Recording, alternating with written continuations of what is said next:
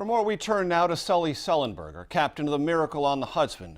He's now a CBS News aviation and safety expert, and he joins us from Reno, Nevada. Captain Sullenberger, what do you make of what we know so far about the fate of this aircraft, its passengers and crew? Major, good morning. Not much is known at this point. This is one of several aircraft that have gone missing over water recently.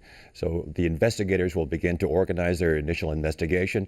They will begin to secure any recordings, air traffic control, radar information, communications with the flight, to try as much as possible to narrow the search to, as quickly as possible, find the airplane and, of course, recover the cockpit voice recorder and the digital flight data recorder. Captain, is this a rescue operation or simply a recovery operation in all likelihood? At this point, we don't know. What we do know is that the airplane, by this time, of course, would have exhausted its full fuel supply and would have reached the surface of the Earth. We don't know exactly where or in what shape. And anything about this corridor or the pilot's request to defer it because of cloud issues or weather issues that tell us anything we ought to pay particularly close attention to? It's not unusual for pilots to request a deviation to avoid severe weather. We don't know at this point how much, to an extent, the weather played in this case.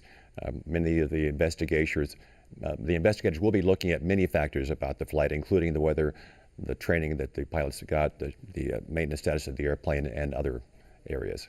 You know this plane well. Anything in particular about its abilities, capabilities that would be interesting or important to think about as this story moves forward?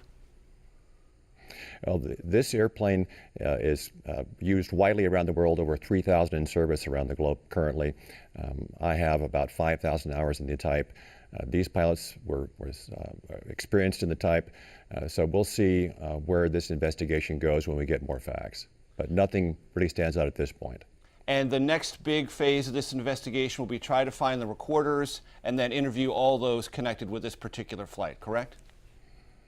Everyone connected to this flight, the people who trained the pilots, the people who've flown with the pilots recently, anyone who's maintained the airplane, what kind of training the pilots have gotten. All these things will be a focus of this investigation.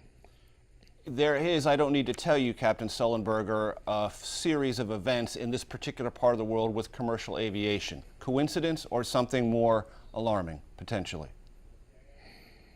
At this point, there seem to be just coincidence. There's no indication that anything, particularly out of the ordinary was the case in this flight. We'll see when we get more information.